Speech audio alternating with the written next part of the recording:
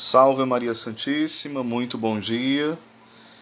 Nós sabemos que a Santa Igreja Católica, fundada por Cristo Jesus, que é o Senhor nosso Deus verdadeiro, ela tem este tripé maravilhoso. A tradição escrita, que nós chamamos Bíblia, a tradição oral, que é o ensinamento dos doutores da Igreja, dos santos padres, toda a tradição oral, aquilo que foi passado sem ser de forma escrita e depois também foi compendiada de forma escrita. E temos o Santo Magistério. É como se o magistério fosse essa representação do Cristo, cabeça, e a tradição oral e a tradição escrita, esses dois braços que vão moldando, né, as coisas, que vão sendo orientadas pela cabeça. E o magistério vai interpretando e vai ensinando e mostrando o que de fato é tradição oral e o que de fato, como devemos interpretar a tradição escrita, este grande tesouro das Sagradas Escrituras. Tem um livro chamado Está na Bíblia, os versículos católicos. Olha aqui. Vou mostrar para vocês. Que capa linda, né? Que capa maravilhosa. Diante disso, o que é que nós devemos explicar? Muitas vezes nós ouvimos a pergunta: está na Bíblia? Onde é que está na Bíblia escrito isso? Na verdade, essa pergunta ela é de uma tendência enormemente protestante. Porque quem falou para você que tem que estar na Bíblia? Esse pensamento lá de Lutero, Calvino, os primeiros, entre aspas, eu não diria reformadores, primeiros deformadores. Mas a gente pode dar razão da nossa fé também usando as Sagradas Escrituras. Não somente e tão somente elas, mas também podemos mostrar que tem sentido nas Sagradas Escrituras. Vamos para o batismo de casas inteiras, né? Incluindo as crianças que estão passagem de forma explícitas, aliás, ou melhor dizendo, implícitas, que a Bíblia mostra. Atos 16, versículo 15. Atos 16, versículo 15. E depois que foi batizada, ela e a sua casa nos rogou, dizendo: se haveis julgado que eu seja fiel ao Senhor, entrai em minha casa e ficai ali. E nos constrangeu a isso. E tomando-os ele consigo naquela mesma hora da noite, lavou-lhe os vergões, e logo foi batizado, ele e todos os seus. Que é Atos 16, 33, né? 1 Coríntios 1, 16. E batizei também a família de Estéfanas. Os católicos e outros defensores do batismo na infância, né? Porque algumas denominações protestantes também defendem o batismo de criança. Os católicos e outros defensores do batismo na infância não alegam que esses versículos provem que a Bíblia ensina o batismo infantil. Entretanto, sua leitura direta sugere que as crianças eram provavelmente batizadas também junto com a família de que eram parte. Desse modo, esses versículos impõem uma dificuldade para os protestantes, que se opõem ao batismo na infância e, portanto, precisam ser explicados de forma diferente. Outras partes da Bíblia falam de o batismo de casas, de famílias inteiras. Quando fala casa, é a família, ou lá, né? Nesse sentido aqui. Em Lucas 19, versículo 9. Em Atos 11, versículo 14. Em Atos 16, versículo 31. Muitos protestantes concordam com os católicos quanto à extensão da misericórdia de Deus. Aqueles que não conheceram ou entenderam o Evangelho Caso contrário, todos os bebês abortados, as crianças que morreram na mais tenra idade ou antes da idade da razão, e assim por diante, seriam lançadas ao inferno, uma vez que não puderam conhecer ou entender adequadamente o Evangelho.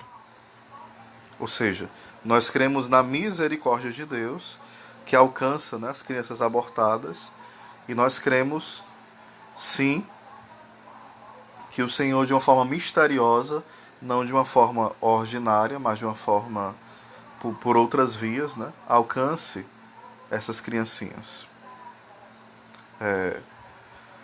O batismo é necessário para a salvação, mas com isso nós não estamos dizendo que todos que não foram batizados estão condenados ao fogo do inferno. Parece contraditório, parece paradoxal, mas não o é. O herege, aquele que faz a haires, escolhe uma das partes, né? Ou menospreza a necessidade do batismo, ou diz que todos que não foram batizados estão no quinto dos infernos. Então tenhamos cuidado com ambas as questões. Portanto, o entendimento completo do Evangelho ou dos meios da graça, pelas quais alguém é salvo, não é necessária a salvação. E tanto os católicos quanto os ortodoxos e a maioria dos protestantes incluem o batismo como fator crucial dessa salvação. Mas ainda São Paulo, em Colossenses 2, 11 ao 13, conecta o batismo à circuncisão.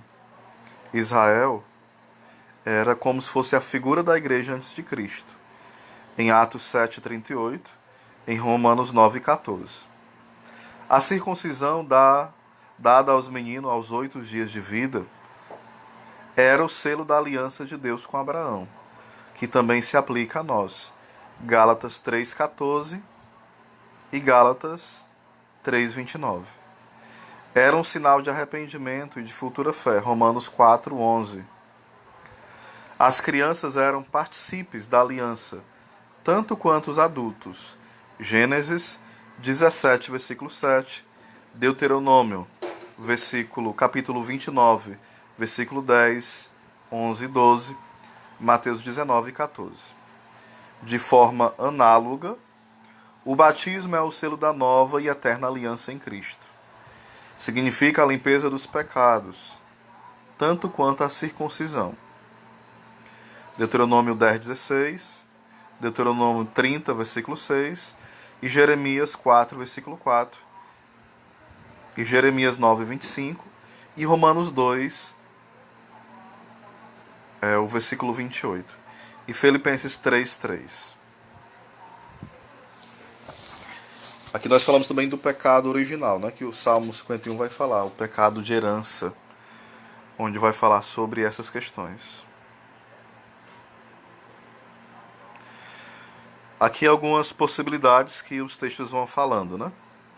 O argumento bíblico em favor do batismo na infância é construído sobre a plausibilidade ou a probabilidade antecedente.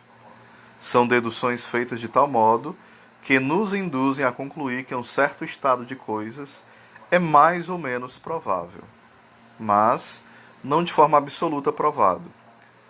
Os passos dedutivos concernem nas seguintes questões. Primeiro ponto. Todos concordam que a Bíblia refere-se ao batismo de famílias inteiras. É razoável supor que a maioria das famílias, especialmente no mundo antigo, incluíam crianças. A Bíblia, de forma específica, inclui as crianças nos parâmetros que usa para definir as pessoas incluídas em uma família.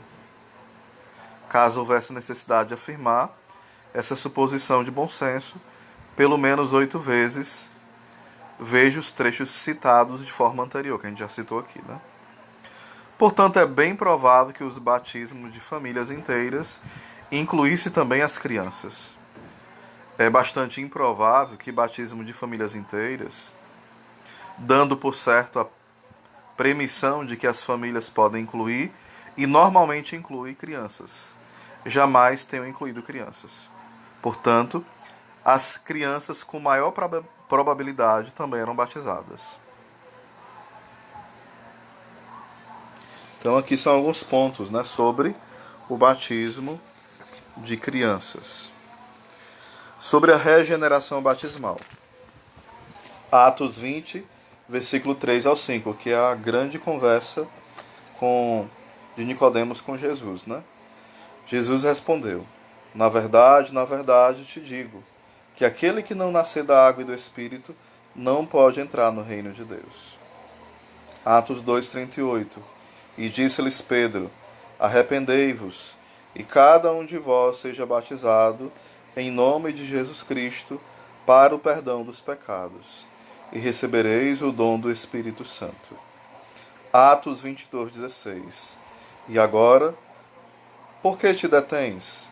Levanta-te e batiza-te, e lava os teus pecados, invocando o nome do Senhor. 1 Coríntios 6:11.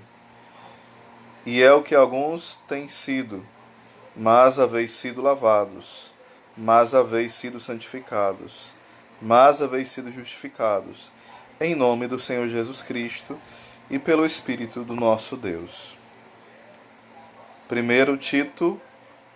Tito, capítulo 3, versículo 5. Não pelas obras de justiça que houvéssemos feito, mas segundo a sua misericórdia. Ele nos salvou pela lavagem da regeneração e da renovação do Espírito Santo. 1 Pedro 3, versículo 19 e 21.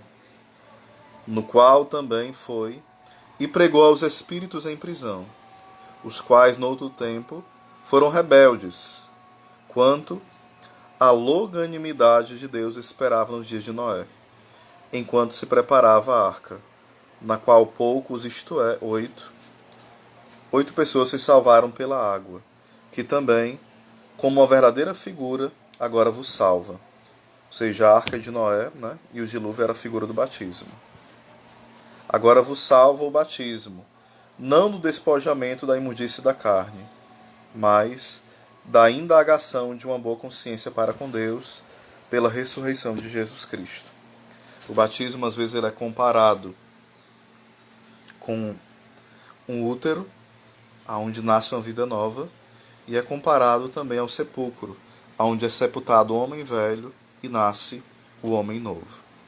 A gente vai estar falando ainda sobre o batismo em outros momentos, tá bom? Sobre o batismo de crianças.